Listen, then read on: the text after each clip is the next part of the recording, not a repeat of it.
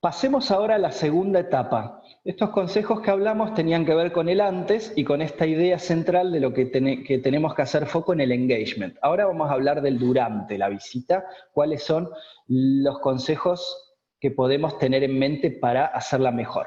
Durante la visita ya el objetivo central va a ser mantener la atención del receptor.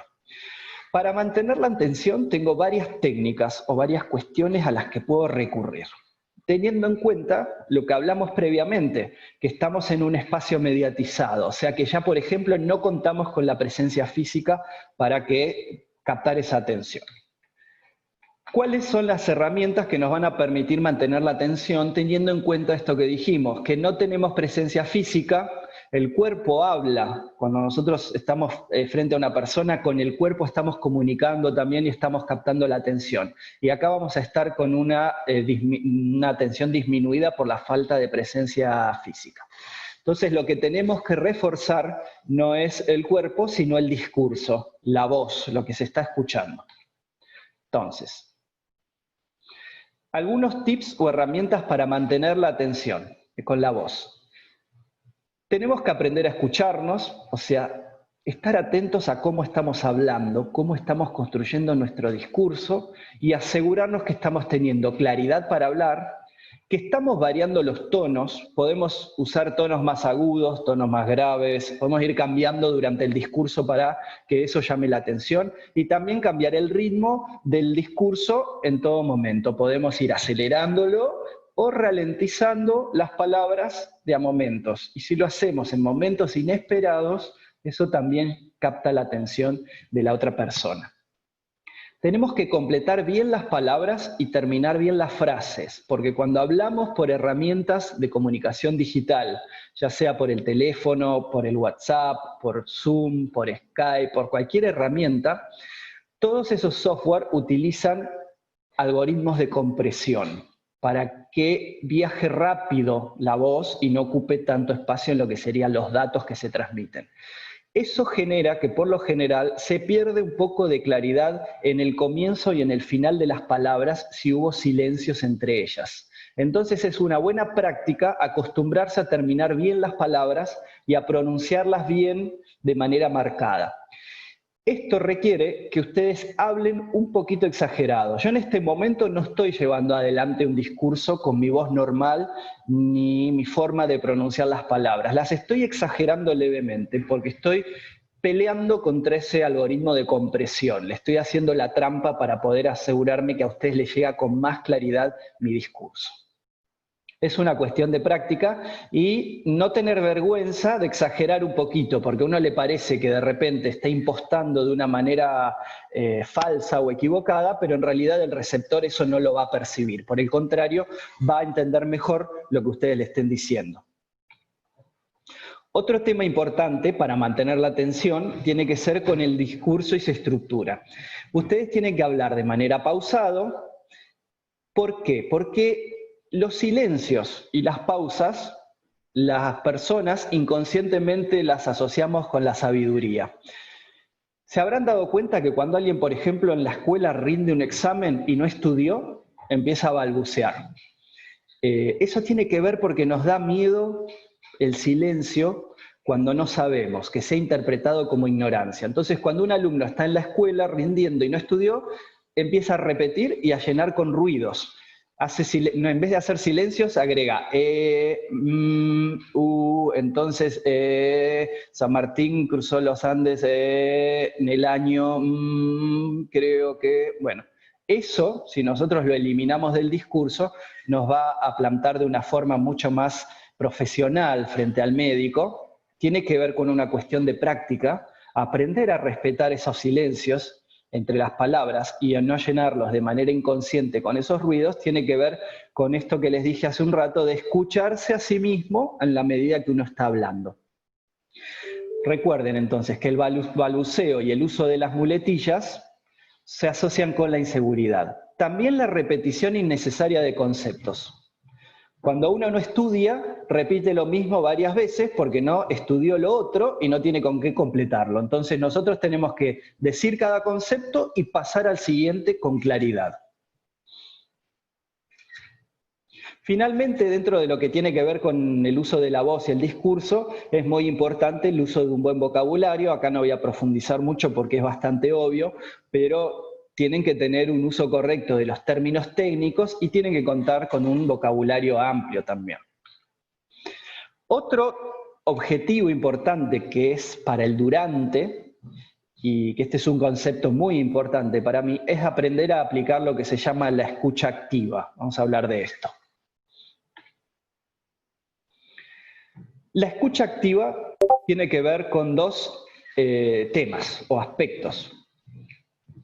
Estar escuchando o percibiendo al receptor a medida que yo estoy hablando y estar escuchándome a mí mismo a medida que estoy generando mi discurso.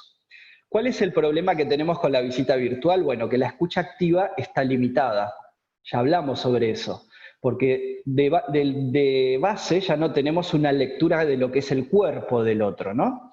Entonces, esa lectura empática que tenemos que aprender a desarrollar para leer lo que le está pasando al receptor, está ahora mediatizada.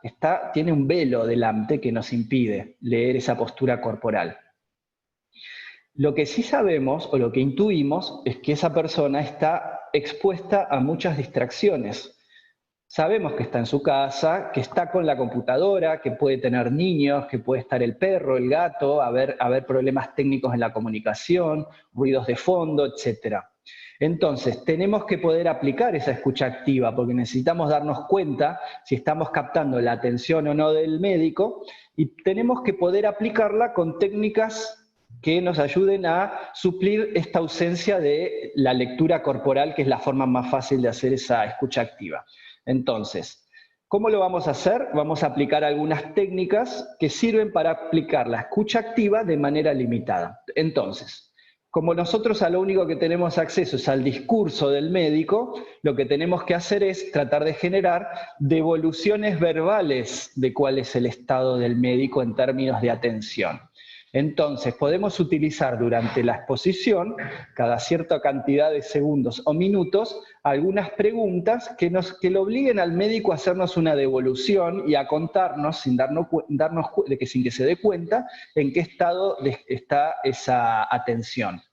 Tienen que ser preguntas que no parezcan examen, tipo, por ejemplo, ¿usted qué opina de esto que le acabo de comentar? ¿O usted, doctor, tuvo alguna experiencia con algún paciente en relación a este último concepto?